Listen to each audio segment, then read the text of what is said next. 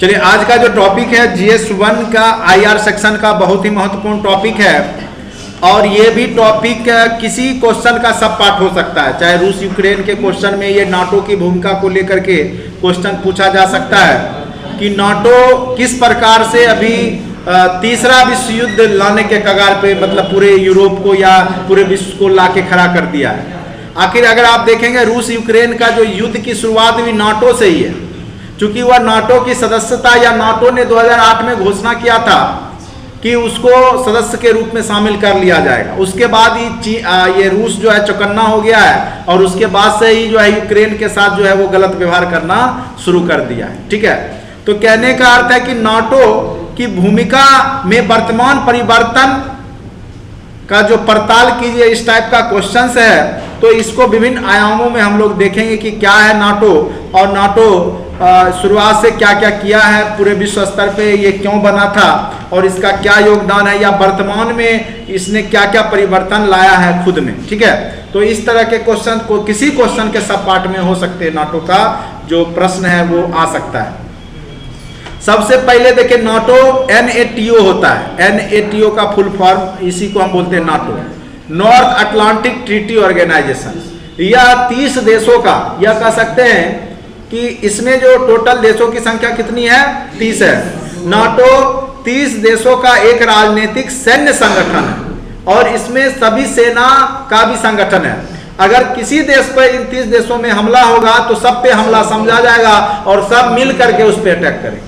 ये बहुत बड़ी बात है जो नाटो को सबसे शक्तिशाली संगठन के रूप में बनाता है, जिसकी स्थापना कब हुई, तो 4 अप्रैल 1949 को ही हुई थी। अब देखिए अमेरिका कितनी दोहरी नीति अपनाता है। एक तो बना दिया UNO, संयुक्त राष्ट्र संघ, विश्व शांति के लिए, कि 193 देश को शामिल कर लिया, अगर कुछ होता है तो शांति कायम करेंगे। तो दूसरा, उसको क्या आवश्यकता पड़ गई नाटो बनाने की, और उसमें सैन्य गठबंधन करने की क्या आवश्यकता पड़ गई, तो कहीं ना कहीं ये यूरोपीय देशों की चाल हो सकती है लोगों को बेवकूफ, पूरे विश्व को बेवकूफ बनाने का। ठीक है, देखिए 4 अप्रैल 1949 को उत्तरी अटलांटिक संधि पर हस्ताक्षर के साथ हुई थी। स्थापना के समय इसके निम्न उद्देश्य थे, और उस समय जब स्थापना हुआ था इसमें 12 संस्थापक देश थे। उस समय 30 देश इसमें नहीं थे, इसमें मात्र उस समय जब इसकी स्थापना 1949 में हुई थी तो 12 देश ही इसमें शामिल थे। अब आ जाइए, जब इसका स्थापना हुआ था तो उस समय क्या उद्देश्य था, यूरोप पर आक्रमण के समय अवरोधक की भूमिका निभाना। तो शुरुआत में इसका उद्देश्य क्या था कि अगर कोई देश यूरोप पे आक्रमण करते हैं, क्योंकि उस समय देश 2 भागों में बटा हुआ था, एक आपका सोवियत संघ रूस, और दूसरा क्या था, अमेरिका।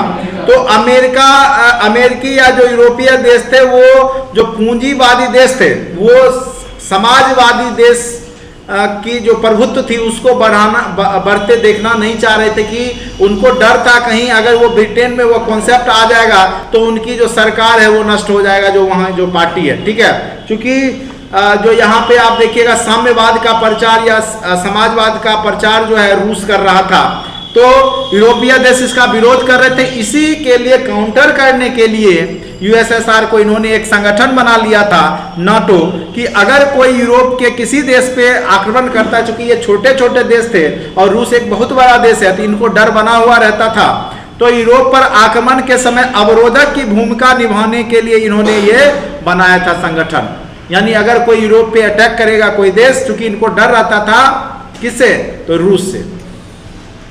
पश्चिम यूरोप में सोवियत संघ के विस्तार को रोकना, और देखिए यहाँ लिखा हुआ भी है, इसका एक और दूसरा उद्देश्य था कि पश्चिम यूरोप में कहीं सोवियत संघ रूस का प्रसार ना हो जाए, क्योंकि वो अमेरिका के प्रभाव में था, अमेरिका उस पर दबदबा कायम किए हुए था।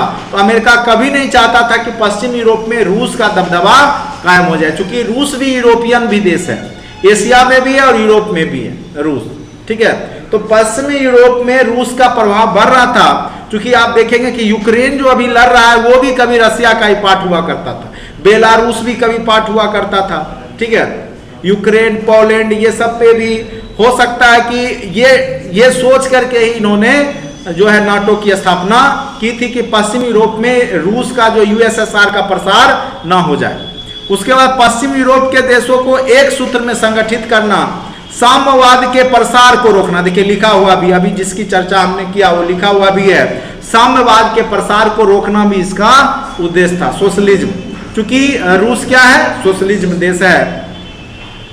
वर्तमान में नाटो की भूमिका, अब वर्तमान में नाटो किस प्रकार से भूमिका निभा रहा है यूरोप में, वो देखिए।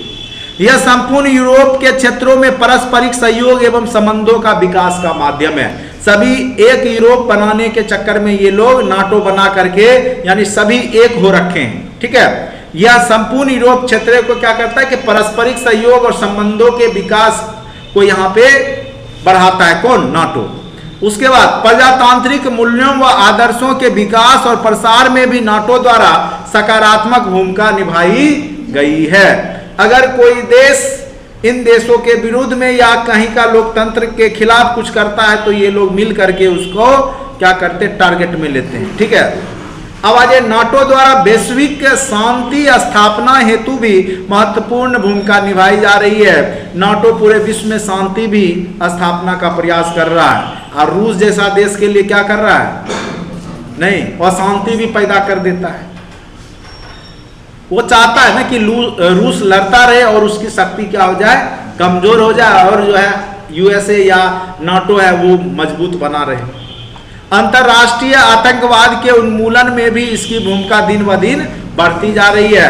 नाटो विश्व स्तर पर विभिन्न राष्ट्रों के मध्य आर्थिक एवं राजनीतिक संबंधों के सुदृढ़ करने हेतु भी प्रयासरत है। तो इस प्रकार आप कह सकते हैं कि संक्षेप में यह कहा जा सकता है कि इस समय के साथ अंतर्राष्ट्रीय परिवेश बदलते रहते हैं, कि समय के साथ अंतर्राष्ट्रीय परिवेश बदलते रहते हैं। इस परिप्रेक्ष्य में कोई भी संगठन जो किसी भी उद्देश्य लेकर स्थापित किया गया हो, अंतर्राष्ट्रीय परिस्थितियों के अनुरूप स्वयं को ढालता है, और नाटो भी इसका अपवाद नहीं है। और नाटो ने भी अपने आप को ढाला है और एक सशक्त संगठन के रूप में बन करके 30 देशों का एक समूह बनाया है, जो कि अभी यूएसएसआर जो पूर्व नाम है, जो अभी रूस है, उसको काउंटर करने में आसानी हो, और जो उसका साम्यवाद है उसका प्रचार पश्चिम यूरोप में ना हो, इन सब के लिए, और आपसी सहयोग रहे यूरोपीय देशों में। तो इन सब मुद्दों को लेकर के नाटो अभी क्या होता है कि बहुत ज़्यादा यहाँ पर आपको देखने को मिलेगा सक्रिय रहता है, ठीक है। तो इस प्रकार से नाटो के बारे में आप समझ गए होंगे। तो आज के वीडियो लेक्चर में इतना ही। Thank you so much watching for this video.